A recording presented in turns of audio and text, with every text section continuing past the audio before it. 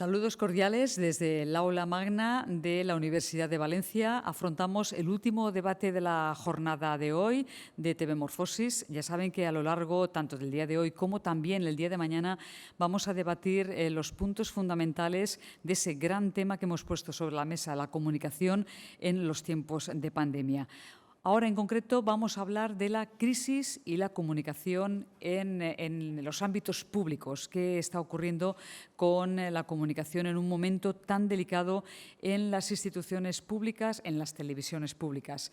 La pandemia realmente ha evidenciado la necesidad de sistemas públicos fuertes en la sanidad, pero también en la información ha sido fundamental el trabajo de concienciación social de la pandemia. También en los momentos cruciales de la comunicación de las decisiones políticas que se han tomado, algunas muy delicadas y que han afectado a amplios bloques de la sociedad, en este periodo, como digo, tan delicado. Los confinamientos han sido el ejemplo más destacado. Los medios de comunicación han sido fundamentales para la transmisión de las decisiones a la población. Nos planteamos en esta mesa hacia dónde puede ir el orden mediático público en un momento, además, en que coincide una fuerte crisis económica que provoca el cuestionamiento en muchos sectores sobre la conveniencia o no de sostener un sistema público de información. También los medios de comunicación públicos se encuentran en un momento también delicado en lo referente a la gobernanza. Son, como ven, temas que vamos a poner sobre la mesa sobre si podemos aprovechar la crisis del coronavirus para reapuntalar, reorganizar, repensar nuevos modelos de comunicación públicos. Vamos a tener con nosotros para este debate, que es cumbre no únicamente para el sistema de comunicación, sino también para sostener los principales puntales de los sistemas democráticos. Tenemos con nosotros a Enrique Bustamante, a Lorna Chacón y Guillermo López. Vamos a saber más de sus trayectorias profesionales y académicas.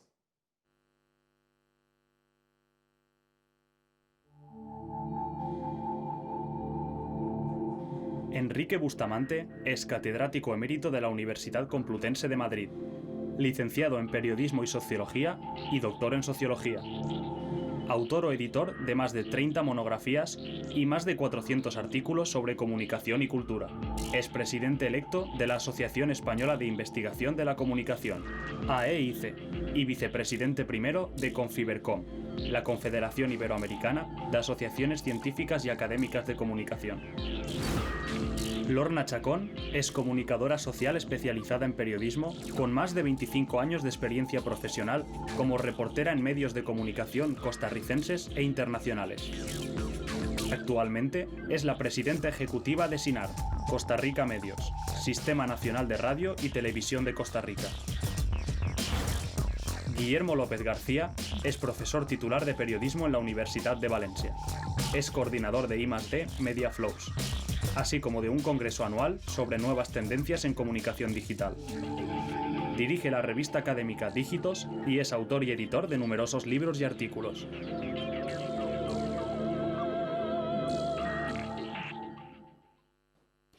Guillermo López, Lorna Chacón y Enrique Bustamante, los tres protagonistas de esta mesa en la que vamos a abordar el delicado, complicado, tal vez polémico muchas veces, sistema de medios de comunicación pública en un momento tan trascendental como es el de la crisis del coronavirus. La primera pregunta que voy a plantear es la pregunta del diagnóstico. ¿Cómo están los sistemas públicos? ¿Han resistido bien el envite del coronavirus? Voy a empezar por usted, señor Bustamante. ¿Qué diagnóstico general podía ofrecernos para empezar ya a poner sobre la mesa los principales puntos, en un momento en que además, por lo menos a nivel de conversación fácil, hay la tendencia coincidente con la crisis económica de que tal vez se está dedicando demasiado dinero, de que tal vez podría ser prescindible un sistema público? ¿En qué punto estamos?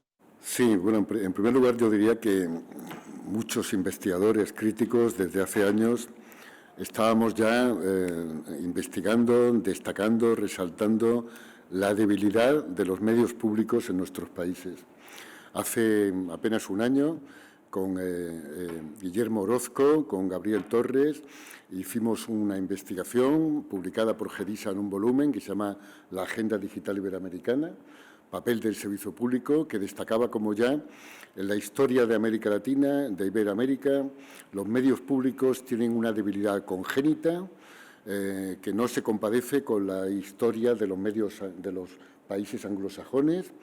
Y el polo privado, el polo comercial, había tenido siempre una hegemonía excesiva, sin controles, porque en buena parte los organismos reguladores no tenían independencia y capacidad de controlar el sistema público y privado en armonía.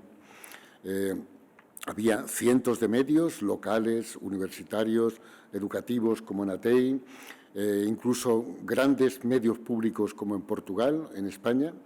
Sin embargo, aquejados de falta de independencia, falta de autonomía, escasa financiación, escasa adaptación al mundo digital.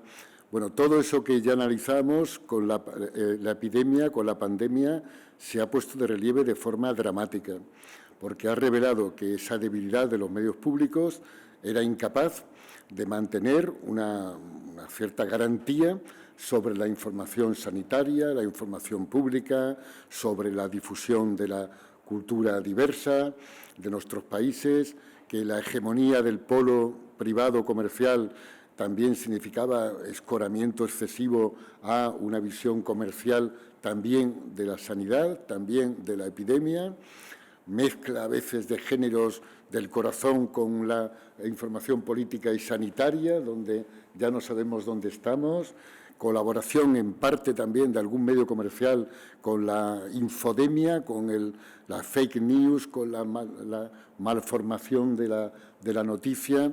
En definitiva, la epidemia ha puesto de relieve nuestras debilidades, nuestros déficits como esfera pública, como espacio democrático, que puede estar hecho de un polo privado y un polo público con un cierto equilibrio, pero con autoridades reguladoras independientes que fijen las normas, que defiendan la verdad, la información pública, y todo eso, digamos, planteado con un cierto equilibrio y participación democrática, ¿no?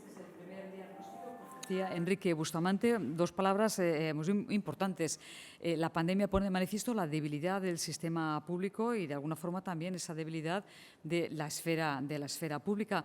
Pedimos ahora la intervención de Lorna Chacón. Lorna, ¿cuál es el diagnóstico que usted ofrece? Gracias, buenas tardes a todas y a todos. Yo comparto con Enrique lo de que la pandemia ha puesto en evidencia las debilidades de los medios públicos. Sin embargo, también yo veo que toda crisis trae una oportunidad. En el caso de Costa Rica y de otros medios, he visto cómo la pandemia también ha permitido reposicionar el valor de los medios públicos, en el sentido de que pues hemos salido muy rápidamente adelante con la tarea de brindar la información en materia de salud, de brindar educación a distancia. No estábamos demasiado preparados, pero tuvimos que hacerlo, y eso permitió también que la ciudadanía de repente viera y descubriera o redescubriera contenidos que ofrecen los medios públicos y que tal vez por no tener tanto dinero para hacer publicidad o promoción como los medios comerciales, no conocían, ¿verdad? Se acercaron. En el caso de Costa Rica, concretamente, nosotros somos la señal oficial de las conferencias de prensa que hace el Ministerio de Salud para informar sobre la pandemia, y fue un fenómeno muy interesante. Los canales comerciales empezaron a cortarla a medida que fue avanzando la pandemia, y el Canal 13, que es el canal público, siempre la pasa completa. Entonces empezó a dar una discusión sobre gente que decía, no, me voy a pasar al canal público para verla completa, y luego se enganchaba con otros productos que además desarrollaban muy rápidamente para colocarlos inmediatamente después. Entonces ahí yo veo una oportunidad, y veo otra oportunidad porque también hemos incursionado en transmitir o hacer en estudio eventos que estaban pensados este año para hacerse de manera física. Otro ejemplo, Costa Rica este año entró en vigencia el matrimonio igualitario, es el primer país de Centroamérica que lo aprueba, y entonces estaba previsto un evento muy grande en una plaza con un concierto, ¿verdad?, para conmemorarlo, y no se pudo hacer. Entonces nos llamaron para organizar una transmisión con material histórico, con personas de diferentes países participando, y realmente fue una transmisión muy particular, muy especial, que antes de la pandemia creo que no la hubiéramos hecho de esa manera. Tuvo muy buena audiencia y entonces como que hay una posibilidad de reinventarse para los medios públicos. Sin embargo, hablando de las debilidades, sí hay un problema que tiene que ver con el presupuesto, porque también, como decía Enrique, ahora frente a la crisis y frente a la crisis financiera que estamos viviendo y que se va a agudizar en el 2021, ahí hay dos ejes. Uno, bueno, los medios públicos tienen diferentes modelos de financiamiento, pero los que reciben dinero del Estado, por supuesto que en este momento hay una discusión de hay que recortarlo. Y los que venden publicidad o reciben ingresos a través de la publicidad, estos son los presupuestos que por esta crisis se van a ver reducidos a casi cero este tercer trimestre y el próximo año. Así que el panorama financiero es difícil, pero como oportunidad de ser creativos y de ofrecer contenidos diferenciados, creo que sí la tenemos. Lorna Chacón, que destaca la palabra oportunidad, una palabra positiva, energética en este contexto de pandemia, pero también en contraste y coincidente con Enrique Bustamante, la cuestión presupuestaria y la constante amenaza o el constante riesgo del recorte en los presupuestos de los sistemas públicos de comunicación. Guillermo López, ¿cuál es su posición? ¿Qué le parece a usted? Muchas gracias, Lola, y buenas tardes, buenos días a todos. Bien, yo la verdad es que intento recoger un poco lo que tan acertadamente han dicho mis compañeros de mesa, ¿no? Lorna y Enrique. Yo sí que creo que es indudable que los medios de comunicación, en particular los medios públicos, ante esta situación de crisis, pues se van a ver afectados, ¿no? Y afectados estructuralmente en una situación que ya era mala antes de llegar la pandemia, ahora va a ser peor. Les pasa a muchos sectores económicos, yo diría que prácticamente a todos, pero en el caso de los medios ya llueve sobre mojado, ¿no? Y en ese sentido, pues evidentemente esta crisis es una mala noticia, porque en una tesitura de recortar, indudablemente los medios públicos pueden verse afectados, ¿no? Como uno de los principales víctimas de esta situación. Pero también diría que, de alguna manera, el sistema mediático en su conjunto, no solo el público, pero el público especialmente, se ha reivindicado con esta pandemia, porque hemos hablado durante estos meses del problema que generan las noticias falsas, la desinformación, las informaciones no veraces, los bulos, y todo eso no ha circulado fundamentalmente a través de los medios públicos, ni siquiera de los medios de comunicación convencionales, sino que ha circulado a través de redes sociales, formas menos formalizadas de comunicación.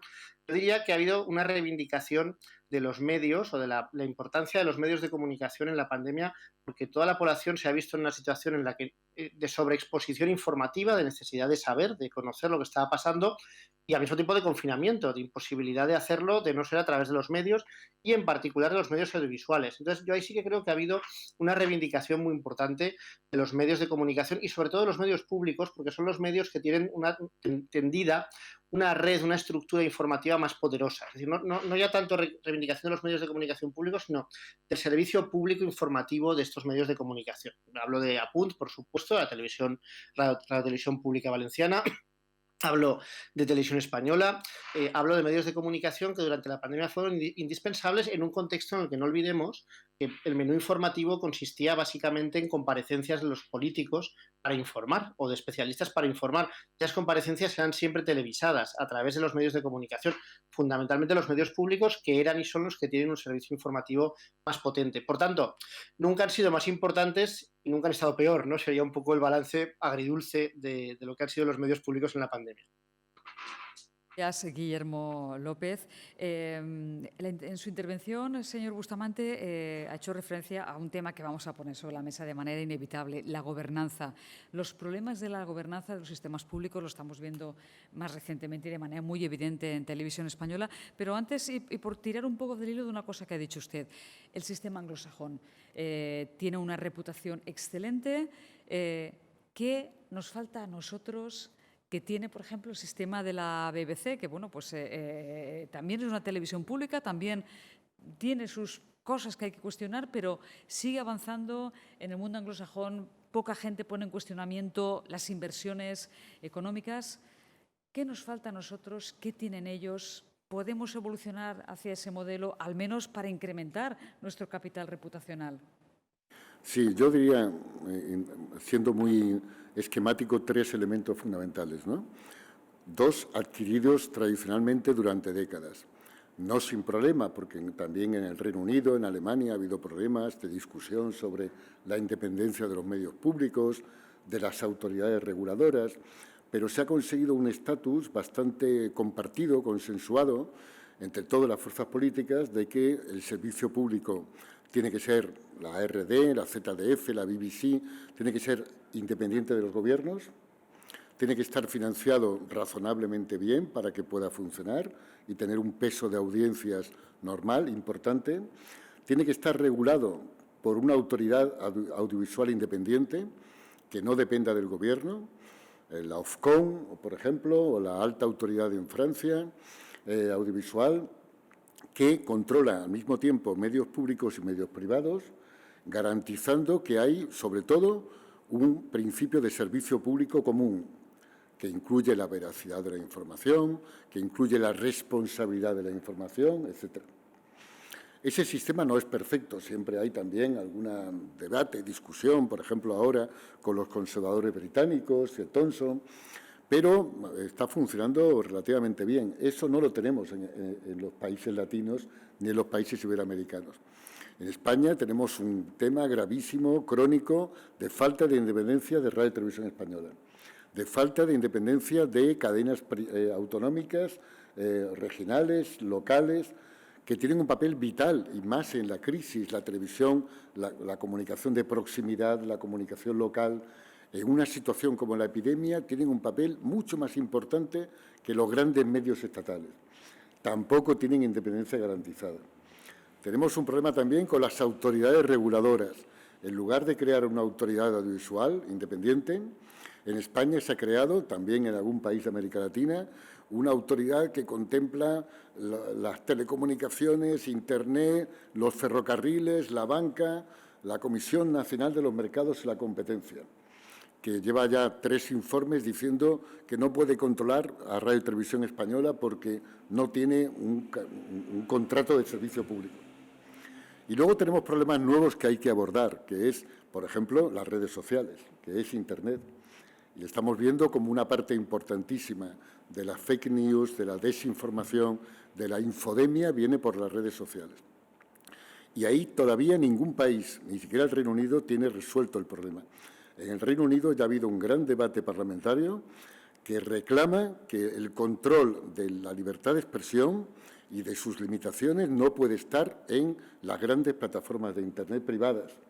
No puede estar en Facebook ni en Google, que aplican algoritmos para garantizar la aparente neutralidad de la información o veracidad de la información. Tiene que estar en manos de autoridades públicas, independientes de los gobiernos, pero que estén comprometidas con la participación ciudadana y con la solidaridad de una sociedad frente a la crisis.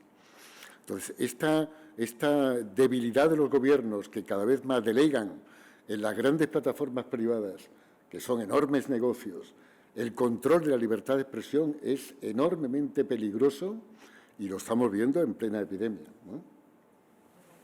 Lorna Chacón, ¿qué diagnóstico hacemos desde su posición? Porque justamente en su anterior intervención hablaba de que esta crisis de pandemia ha sido también una crisis para reposicionar. Habíamos advertido ahí un cierto toque positivo, energético. ¿Es coincidente el diagnóstico también, ese espíritu positivo reputacional que tiene la BBC? Desde su punto de vista. Sí, bueno, yo creo que sin duda ese es el gran reto de los medios públicos y en el escenario latinoamericano hay modelos distintos, pero lo que se ha hecho en tema de gobernanza es tratar de que esa pluralidad, ese respeto a la diferencia y a la participación ciudadana se vea reflejado en las juntas directivas o en los consejos directivos de los medios. Y esto, bueno, hay modelos súper distintos. Brasil ha sido muy amplio. Por ejemplo, aquí en Costa Rica el Consejo Directivo tiene representantes de las universidades, tanto públicas como privadas, de los colegios profesionales, de algunos ministerios e incluso de las personas trabajadoras, lo cual es muy positivo, pero también en ese afán, digamos, democrático de darle tanta participación al control, a la gobernanza de los medios, también a veces los vuelve sumamente burocráticos. Entonces, para tomar una decisión ejecutiva de junta directiva, a veces se tarda un montón porque hay muchísimos intereses y muchos puntos de vista. Entonces, creo que ahí hay un gran reto. Igual, como mencionaba Enrique, con el tema de la regulación, hay países donde no existe ningún tipo de regulación y por lo tanto hay que hacerse dos preguntas. ¿Quién controla a los medios públicos y quién los financia? Porque aunque sean públicos y tengan esa etiqueta y ese valor y principios dados por ley, existe la enorme tentación, y para nadie es un secreto, de que los gobiernos los controlen o que los mismos medios no puedan ser críticos del gobierno que es el que los financia. Entonces, en realidad no tengo una respuesta, pero creo que ese es el gran reto, ¿verdad? Cómo nos regulamos, cómo nos autocontrolamos, cómo le damos participación a la ciudadanía en la toma de decisiones, pero de una manera ágil. Y bueno, hay muchos modelos en el mundo y sin duda el anglosajón pues nos ha dado ejemplos de hacia dónde podríamos caminar. Muchas gracias, Lorena Chacón. Guillermo López, pronto entraremos también en un ámbito que usted ha estudiado de manera abundante, como es la Internet, las redes sociales y esa inserción en la televisión. Pero ¿podemos algún día aproximarnos a ese modelo anglosajón o al menos a ese ideal de un sistema público de radiodifusión querido, estimado por la colectividad? Pues muchas gracias por la pregunta, Lola. Bueno, yo creo que sí, y que creo que en España vivimos un poco en el pesimismo, porque es verdad que en toda la época democrática pues solo ha habido una época que no se ha mencionado, pero que yo creo que está en la mente de todos, que es la época de la televisión de los años de Rodríguez Zapatero, ¿no? Que fue una televisión que sí que buscó pues, un mayor consenso parlamentario y un modelo al menos autónomo del poder político, no diré independiente, y creo que los resultados pues fueron buenos, ¿no? Sobre todo comparado con lo que vino después y con lo que teníamos antes. Es decir, que yo creo que está clarísimo que para la televisión pública el único camino es la independencia del poder político. Y ahí el poder político tiene que intentar sustraerse a la tentación de hacer lo que hace casi siempre, que es controlar, pues este es mi medio y lo controlo yo para mis objetivos explícitos, ¿no? O más o menos evidentes. Porque eso, pues efectivamente, convierte a la televisión en un mero instrumento del poder político, le quita credibilidad, le quita audiencia, le quita capacidad de influencia, le quita transversalidad, y realmente pues matan el potencial, ¿no? El enorme potencial de influencia, pero no solo de influencia social, sino muchos más parámetros que son productivos, que son positivos socialmente hablando, que tiene una televisión pública. Yo creo que el camino está ahí. El modelo anglosajón pues es muy citado por algo, ¿no? Es muy citado porque ha funcionado muy bien durante muchísimo tiempo, porque la televisión pública la británica, la BBC, pues es un modelo de credibilidad y de profesionalidad, y es normal que otras cadenas públicas pues intenten emularlo. En España, desgraciadamente, yo creo que es una cuestión de falta de, de civismo y de sentido democrático, ¿no? De fundamentos democráticos de la sociedad y de la clase política española, que no está acostumbrada o no está suficientemente acostumbrada a las necesidades que tiene un país, a desarrollarlas de una manera civilizada, moderna y plural. Yo creo que no estamos acostumbrados a gestionar ese pluralismo aún, pues 50 años después de la muerte de Franco, bueno, 45, diría, 45 años después de la muerte de Franco, no estamos acostumbrados a gestionar ese pluralismo. No lo hacemos bien y nos lleva siempre a que cuando cae en manos de un gobierno la responsabilidad de gestionar algo, pues parece que esa gestión siempre tiene que ser partidista. Yo espero que algún día aprendamos, porque es que al final el problema es colectivo. Una televisión pública que no se ve porque todo el mundo sabe lo que nos va a decir, pues no tiene ningún valor, y entonces entramos en un terreno de profecía autocumplida, ¿no? Como no sirve para nada, pues vamos a cerrarla, no vamos a financiarla, no merece la pena. Pero yo sí que creo que tiene un sentido. Estamos hablando aquí, estamos hablando de una situación concreta de crisis, que no es solo crisis económica, sino la situación de la pandemia, y creo, pues como he dicho antes, que las televisiones públicas probablemente en todo el mundo, pues estamos viendo el ejemplo que nos ha citado Lorna, el ejemplo español son los que tenemos más en mente, pero probablemente en todo el mundo se han reivindicado en esta situación. Y eso no es casual, es porque en estas situaciones de crisis los medios públicos están mejor preparados, incluso con la precariedad que estamos viviendo, para afrontar ese tipo de situaciones informativas. La palabra, gracias Guillermo López, la palabra gobernanza inevitablemente ha salido y vamos a ponerla ya directamente sobre la mesa. ¿Cómo se puede establecer el sistema de toma de decisiones de nombramiento de los directores, por ejemplo, o de los cuerpos que rigen las televisiones. Yo recuerdo haber leído muchísimas de sus obras, señor Bustamante, en las cuales, incluso cuando era estudiante, hace muchísimos años ya, en las cuales usted muy crudamente dice que independientemente de quién esté en el gobierno, cuando toman el gobierno nadie se atreve directamente a regular o a imponer regulaciones que puedan suponer una pérdida del control directo de las gobernanzas televisivas. ¿Hay alguna esperanza de que esto cambie alguna vez o esté quien esté, los gobernantes van a seguir aferrándose insistentemente a esto?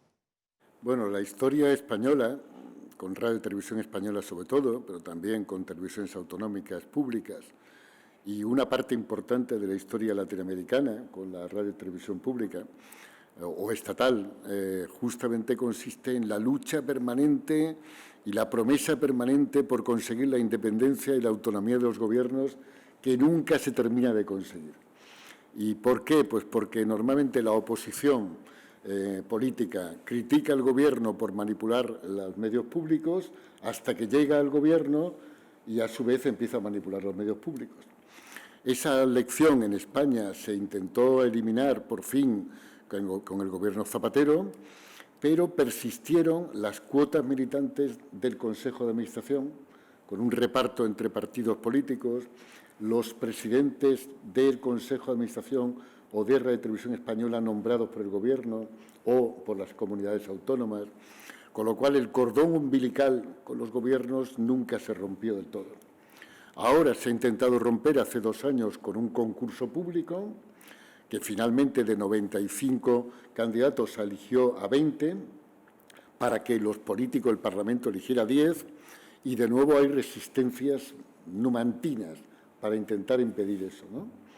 El problema es que el servicio público sin independencia pues carece de credibilidad, crea una imagen de manipulación, de falta de servicio público y degrada su peso en la sociedad.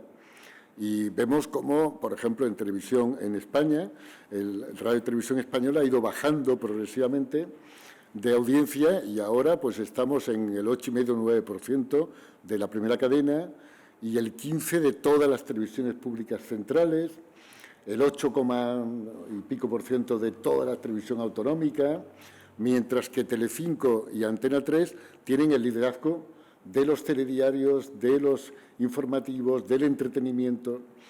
Eso significa algo muy grave. El servicio público sin público no cumple su misión.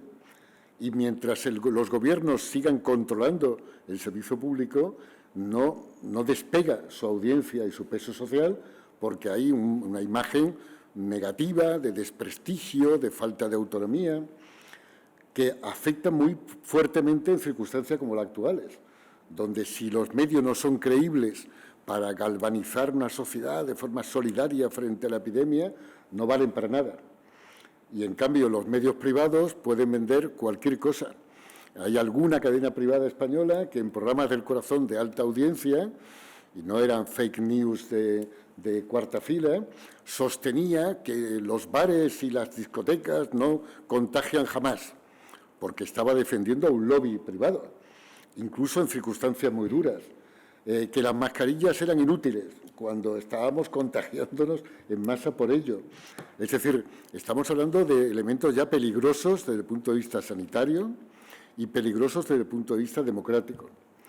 Por eso decimos cada vez más, en ese libro lo planteamos, la gobernanza hoy pasa por la participación ciudadana intensiva en el Consejo de Administración, en los consejos de los contenidos, en los contenidos transmedia, abiertos a la participación ciudadana, a los trabajadores de los medios. Ya no podemos seguir haciendo una especie de despotismo ilustrado de que las élites ofrecen al pueblo lo que debe consumir, ¿no? Estamos en otra sociedad en la cual la participación ciudadana directa en su televisión, en su radio, también a nivel autonómico, es vital para garantizar esa misión del servicio público. ¿Cómo sea este punto, el de la participación ciudadana en las televisiones públicas, que es fundamental en nuestro debate? Y Ofrecemos ya, Lorna Chacón, ponemos encima de la mesa ya esta reflexión que ha efectuado Enrique Bustamante sobre la necesidad de esa participación para insuflar energía, insuflar también nuevo nervio para levantar la reputación y también la vida interna de las televisiones. ¿Cómo se ve desde su posición?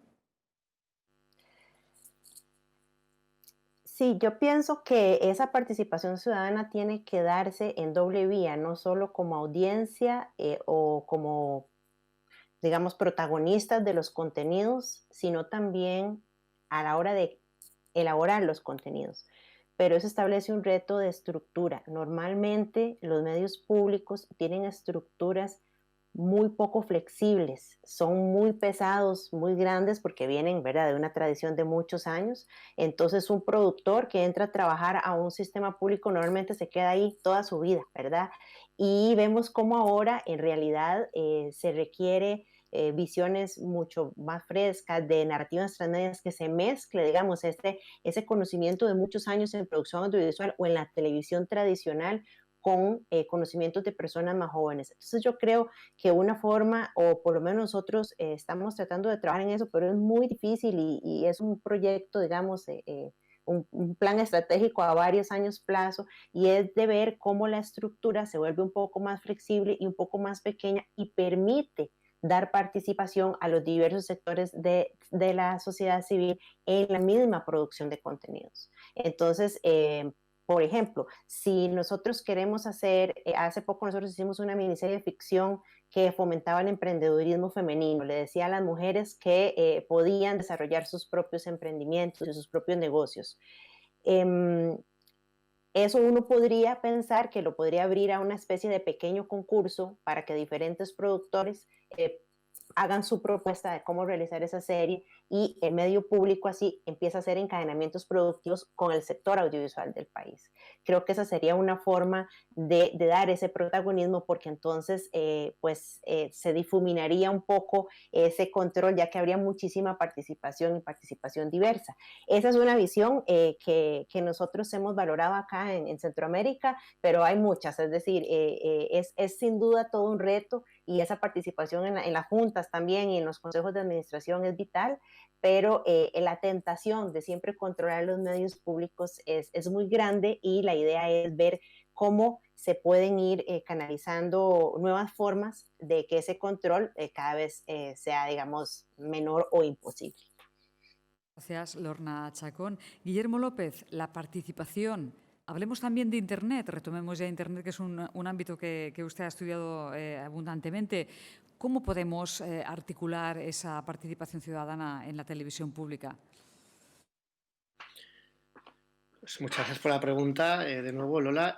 Yo, a ver, creo que hay un problema de base en los medios convencionales, y los medios públicos no son ajenos a ello, que es una cuestión generacional, ¿no? Hablando precisamente de Internet y de participación, que es un público, el público de las televisiones públicas y de las radios públicas, que tiene un promedio de edad más elevado, pues probablemente que la edad promedio de la audiencia en su considerada por un conjunto. Y además la audiencia de menor edad, la audiencia más joven, que es la que hace un uso más intensivo de Internet y de las redes sociales, eso es un problema que se lleva reproduciendo ya pues 20 años, ¿no? Desde que Internet, digamos, aparece en nuestras vidas y es importante, tiene una gran desconfianza por los medios de comunicación convencionales, ¿no? Es el sector del público que menos confía, menos credibilidad confiere a estos medios. Entonces, ¿cómo atraer a este público? No es sencillo. Yo estaba pensando, porque tampoco puedo tener una solución, ¿no? Desde luego, si la tuviera, pues no creo que la podías poner el tiempo que voy a dedicar, pero voy a intentar decir una cuestión en concreto. A mí me parece que los medios públicos en España, quizás porque están hechos con la planta de Televisión Española, tienen una visión de las cosas bastante centralista. Es decir, están radicados en Madrid, o están radicados en Valencia, están radicados en Barcelona, y la visión que dan emerge desde Madrid, desde Valencia, desde Barcelona. Es una visión muy urbana, muy centrada en el entorno más inmediato que tienen, donde las consideraciones políticas, sociales, culturales derivan de ahí, donde la información que se ofrece de todos los sectores pues está muy centrada, en el caso de Televisión Española, en Madrid, ¿no? en la Comunidad de Madrid.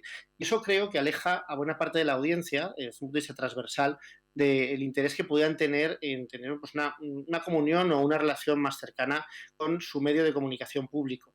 Y en el caso de Televisión Española yo nunca he entendido por qué es así, porque además Televisión Española sigue teniendo una red muy poderosa de delegaciones territoriales que perfectamente podrían desarrollar, en el contexto en el que nos movemos, un papel mucho más activo. Es decir, que no se limiten a desarrollar contenidos para la central, que es lo que hacen la mayor parte del tiempo, y quizás pues hacer un informativo, hacer algunos contenidos. En este contexto que comentabas, Ola, de Internet, de esa capacidad de participación, también la podemos hacer desde el punto de vista audiovisual. En la pandemia, si algo nos ha enseñado la pandemia, es lo fácil que es conectarnos a través de pantallas, a través de ahí desarrollar todo tipo de actividades. Yo entiendo que una estructura de la potencia, los medios públicos, en este caso Televisión Española, tiene ahí una responsabilidad y también tiene una posibilidad muy clara, que es intentar vertebrarse mejor con comunidades locales en una medida mucho mayor que lo que ha hecho hasta ahora, porque hasta ahora no era necesario, era un medio de difusión. Un medio de difusión dirigía el mismo contenido a millones de personas. Pero ahora es un medio de difusión y es un medio de comunicación en un sentido mucho más intensivo y completo que antes, porque precisamente Internet lo permite una interrelación mucho más estrecha y mucho más segmentada con distintas comunidades de audiencias. He puesto el ejemplo del centralismo como podría poner muchos otros, pero entiendo que ahí los medios públicos, con la potencia de fuego que siguen teniendo incluso con la crisis y con las posibilidades que ofrecen los nuevos medios, que ofrece Internet, que ofrece la televisión digital, deberían intentar explorar ese panorama. No voy a decir cómo, porque hay muchas posibilidades y porque también entiendo que me excederé demasiado, pero lo dejo ahí. Gracias, Guillermo López. En los últimos minutos del debate vamos a ser prácticos. Hemos recuperado dos cuestiones que nos llegan por las redes sociales, en concreto por Twitter. Voy a decirlas y les voy a pedir una rápida intervención a los tres. Una cuestión que nos envía Paula Diazol. ¿Cómo podemos diferenciar entre las fake news y las noticias veraces? ¿Empezamos por usted mismo? Bien, pues hay elementos digamos, de cultura y de comunicación activa que hay que estimular en la sociedad, que han sido abandonados mucho tiempo. La alfabetización mediática y comunicativa desde los jóvenes, desde la infancia, desde la escuela, que es un elemento vital en el pasado, frente a la televisión, la radio, el cine, pero ahora muchísimo más frente a Internet, y que no se está integrando en los planes de estudio y que permite ir creando audiencias activas, conscientes, capaces de defenderse frente a los mensajes falsos. Hay también un esfuerzo de los medios de comunicación, de la sociedad civil. En muchos países se está creando núcleos que testifican, comprueban, verifican las noticias y denuncian los intentos de desinformación claramente atentatorios contra la sanidad, la democracia, etcétera. Y yo creo que ahí hay una labor fundamental también de los medios tradicionales, de abrir camino, de separar la desinformación. También en las redes sociales, pero tiene que haber autoridades reguladoras, independientes, que efectivamente vayan denunciando los abusos gravísimos, algunos, de desinformación que ponen en peligro la vida de la gente o la propia sociedad democrática. Y eso no puede confiarse solo a Google o a Facebook o a Twitter, sino que tiene que estar garantizado por entidades ciudadanas, por entidades públicas, no gubernamentales, con participación ciudadana. Entonces, ahí hay un camino a recorrer muy importante que la epidemia ha revelado como vitales para la sociedad. Entre ellos, la alfabetización mediática para defenderse de la desinformación. Mediática, un concepto clave. ¿Cómo diferenciamos entre las fake news y las noticias veraces? Lorna Chacón.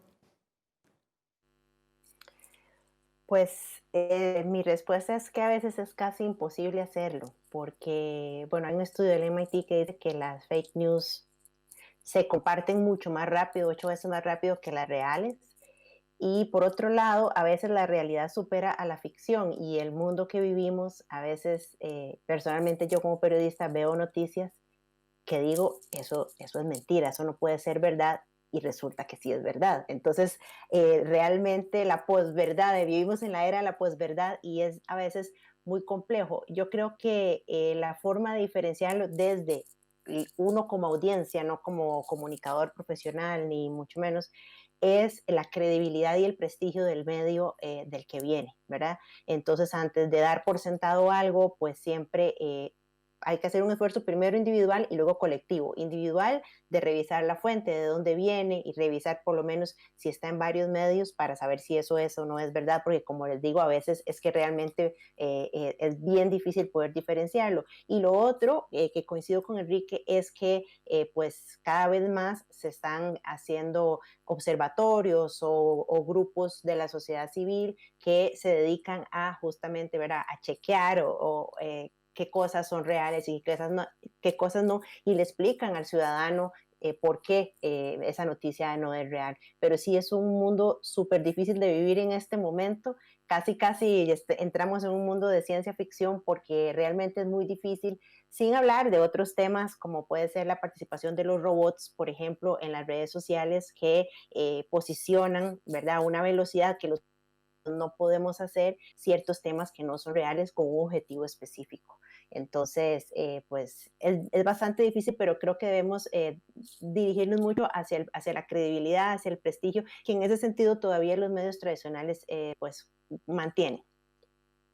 Lorna, Guillermo López.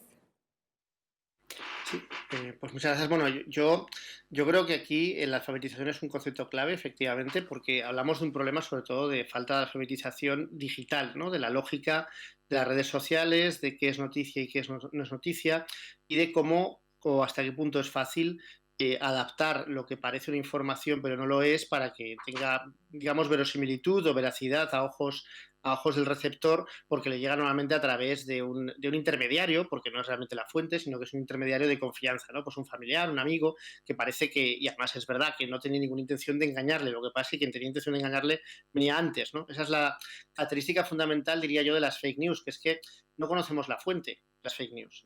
Hay excepciones, pues igual Donald Trump suelta una barbaridad y es una fake news construida ahí mismo, o igual algún medio de comunicación pues le cuelan, pero es excepcional, ¿no? Le cuelan una información falsa. Lo normal con las fake news es que sean noticias que se difunden por debajo del radar de los medios de comunicación, de origen desconocido, y que se difunden generalmente a través de redes sociales internas, es decir, no Twitter, Facebook, no tanto redes externas como WhatsApp, Telegram, redes internas que no llegan tan rápidamente a los ojos del gran público, ¿no? O que no están sometidos a un escrutinio por parte de un gran número de personas, sino que llegan a través de grupos reducidos.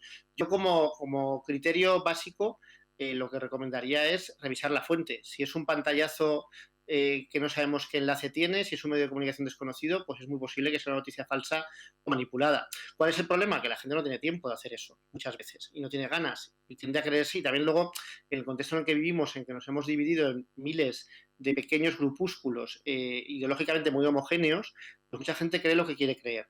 Yo también quiero creer, ¿no?, como esa gente, aunque espero que no como fake news, yo también quiero creer que la alfabetización va a jugar aquí un papel muy importante en que este público, que para todos nosotros es tan nuevo, tan reciente este fenómeno, cuando pasen unos años probablemente lo habremos interiorizado y ya no nos lo creeremos con tanta facilidad como ahora. Ya para cerrar el debate, en 30 segundos a cada uno les transmito la pregunta de Mariana Lorán. ¿Qué futuro le espera al sistema público? 30 segundos y cerramos. Señor. Yo creo que es un futuro muy importante por demanda social, por exigencias de la sociedad democrática, a condición de que los partidos, los gobiernos tengan voluntad política democrática de apoyarlos y de dejar que sean independientes.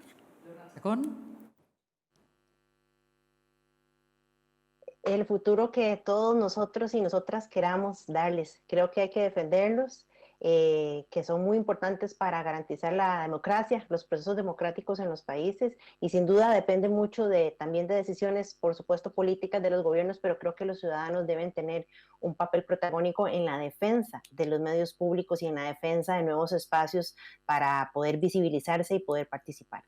Gracias. Guillermo López. Sí, pues precisamente porque hablamos de que estamos en una situación en la que el sistema mediático está debilitado, en que estamos en crisis y el sector público también lo está. Yo creo que es más importante que nunca que haya un sistema de medios de comunicación garantizado por el Estado, garantizado por las administraciones públicas, que permitan llegar allá donde los demás medios de comunicación o las demás instituciones no llegan, que permitan vertebrar la sociedad, que permitan informar, que permitan educar. Y eso solo se puede conseguir con dinero y con independencia, que es al fin y al cabo de lo que hemos estado hablando todo el rato en cuanto a qué criterios deberían tener los medios públicos, ¿no?